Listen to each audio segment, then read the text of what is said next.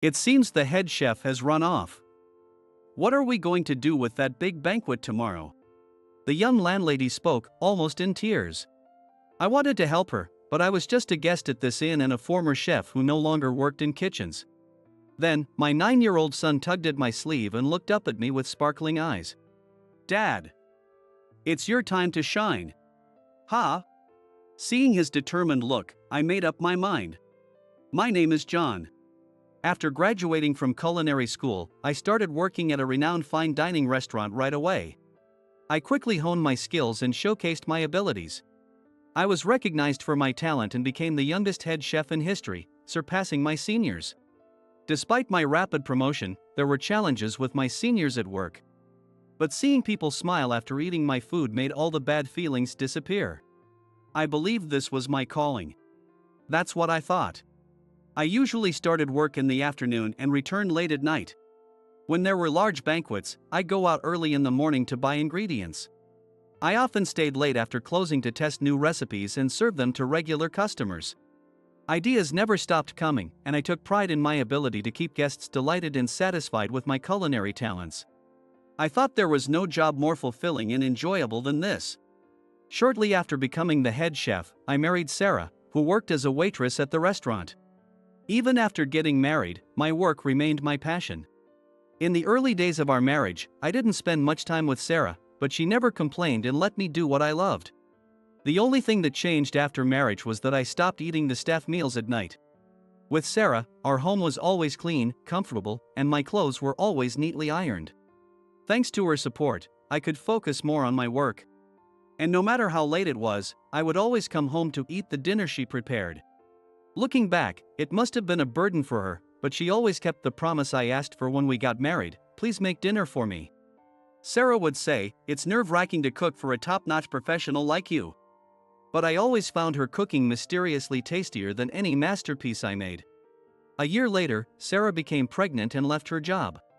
We felt happiness every day as we watched her belly grow. Even when she couldn't eat due to morning sickness, she still made sure to cook my dinner.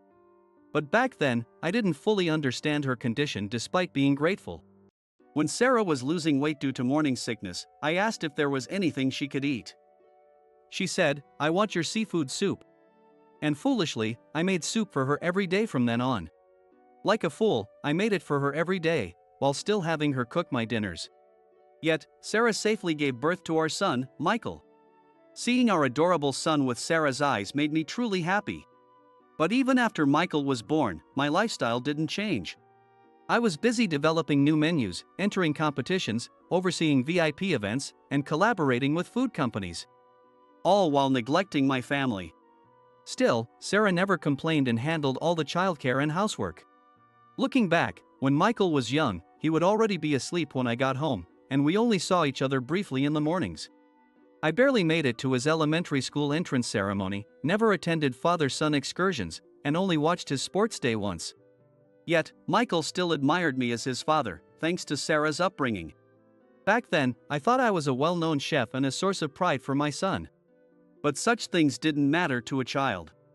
I realized this later and deeply regretted it. One day, there was a VIP's birthday party, and the restaurant was booked out.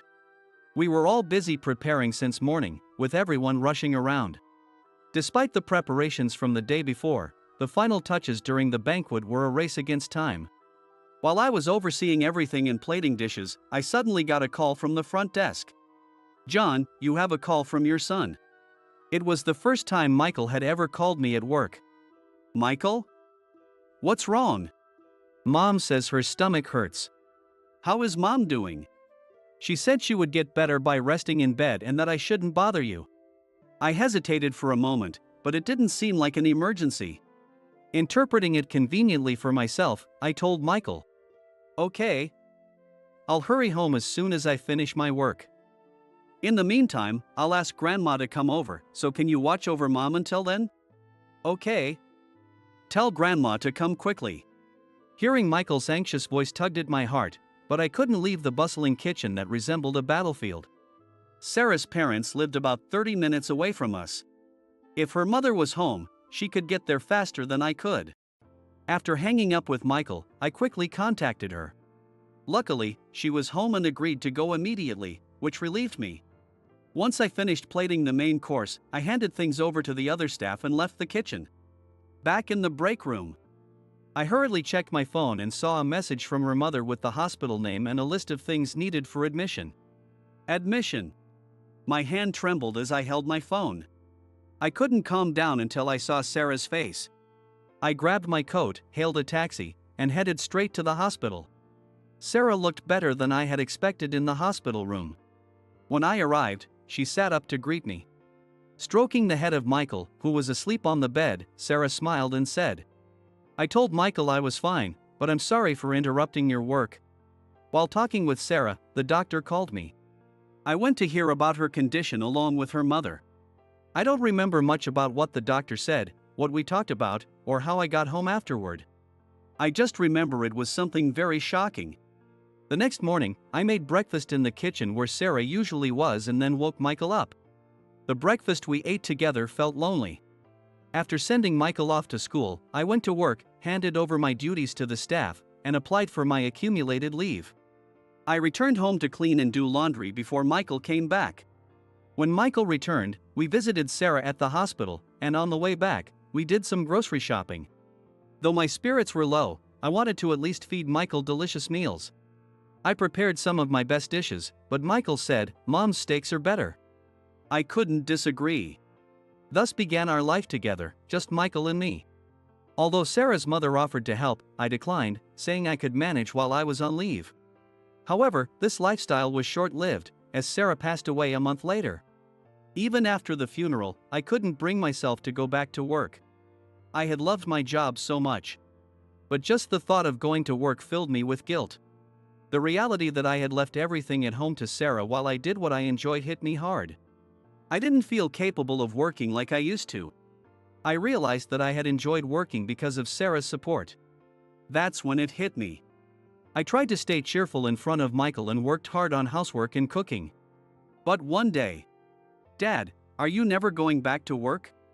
I couldn't answer him right away. "Eventually," was all I could muster as a response. I had enough savings from my decent salary to not need to work immediately. However, I knew I couldn't stay like this forever. The next day, I went to my workplace to submit my resignation. Everyone tried to persuade me to stay, but I couldn't cook with the same passion I once had. Cooking is about love. Even if it's for strangers, if you don't have the desire to make them smile with delicious food, it's just something to fill their stomachs. Sarah's cooking tasted better because of the love she put into it.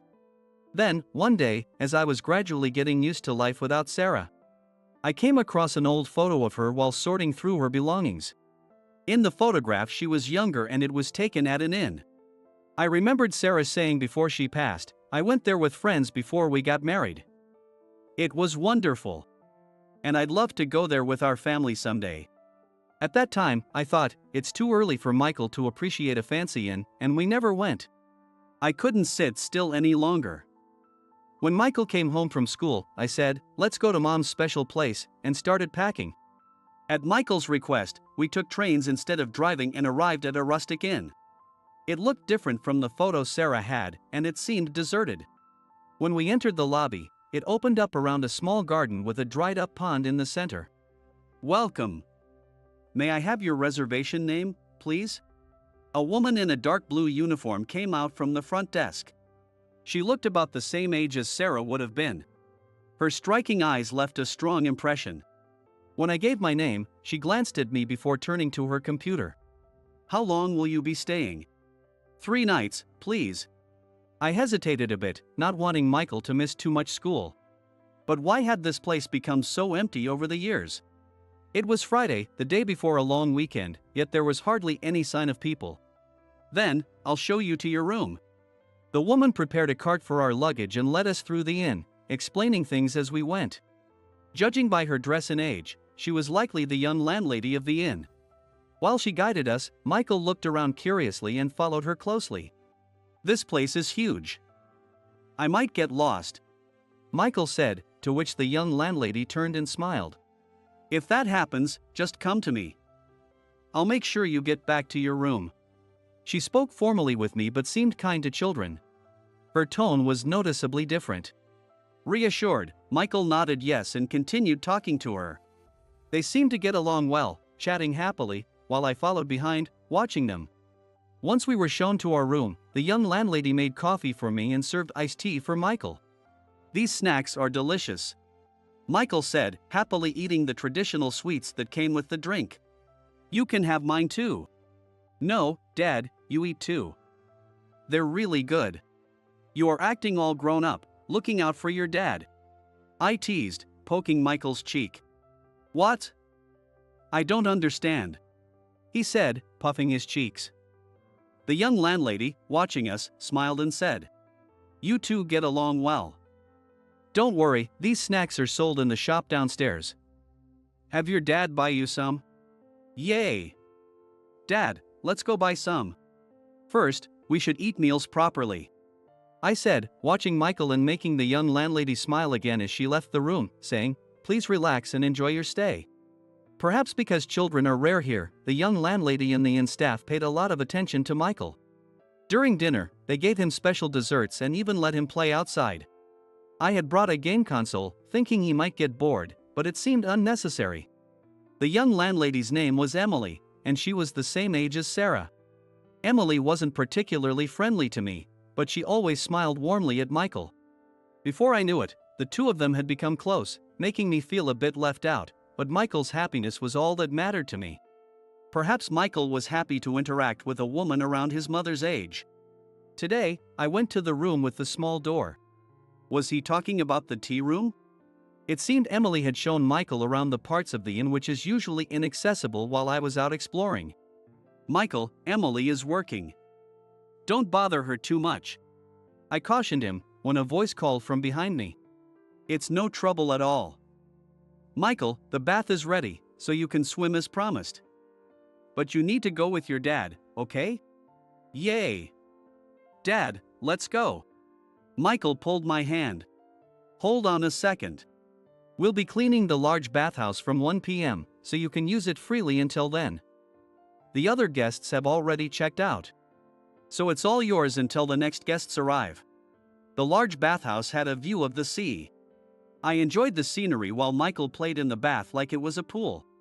"Let's go out for lunch," I suggested to Michael as we headed back to our room from the bathhouse.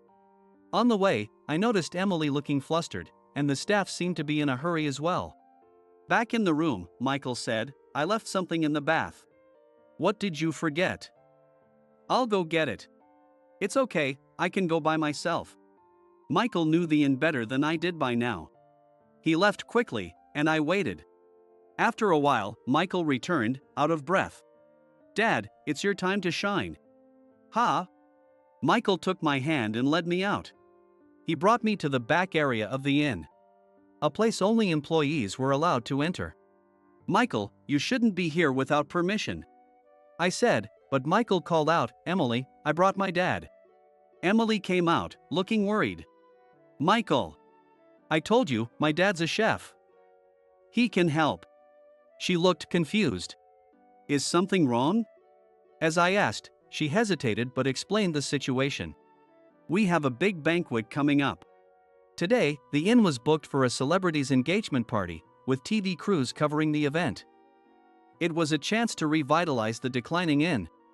And the staff had been eagerly preparing, but they had lost contact with the head chef, Mark. They went to check on him at his home. At Mark's apartment, there was no response. The management company said he had moved out. He was working normally until yesterday. The move had happened without anyone's knowledge. Did he run away? I can't believe Mark would do that. That's why the staff were in such a frenzy. So we're urgently looking for someone to take charge of the kitchen." Emily sighed. "Don't worry, my dad can handle it," Michael said, drawing all the staff's eyes to us. One of them pointed at me and exclaimed, "Ah! Aren't you John? What are you doing here? It's really him. I've seen him in magazines. I've eaten at your restaurant before. I'm a huge fan. Can I get your autograph?" As people gathered around me, Michael beamed with pride. "Can I help with anything?" I asked Emily, making Michael's face light up. Please help us? Emily asked seriously. All right, I'll step into the kitchen, I said. I put on an apron and stepped into the kitchen, and the familiar smells brought back memories. From that moment, I was completely absorbed. I reviewed the menu, considering the guests' gender and age range, and assigned tasks to the staff accordingly. I seasoned each dish meticulously and didn't skimp on the final presentation.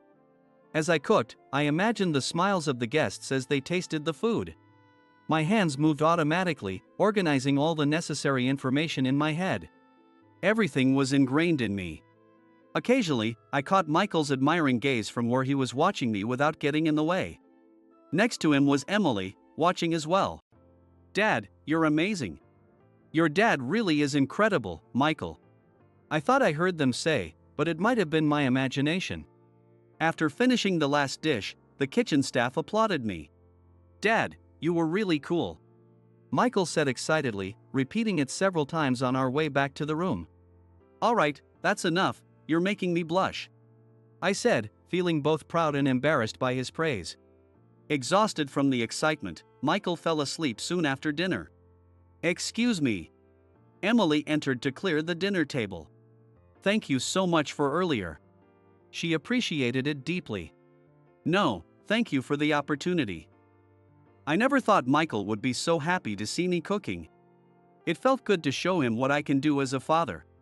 I'm sorry dinner was late. Michael must have been hungry, she said, glancing at Michael, who was already fast asleep. He's had such a fresh and exciting experience every day here.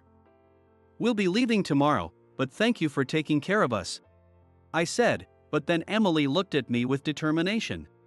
Actually, I attended Sarah's funeral, Emily said suddenly, leaving me speechless.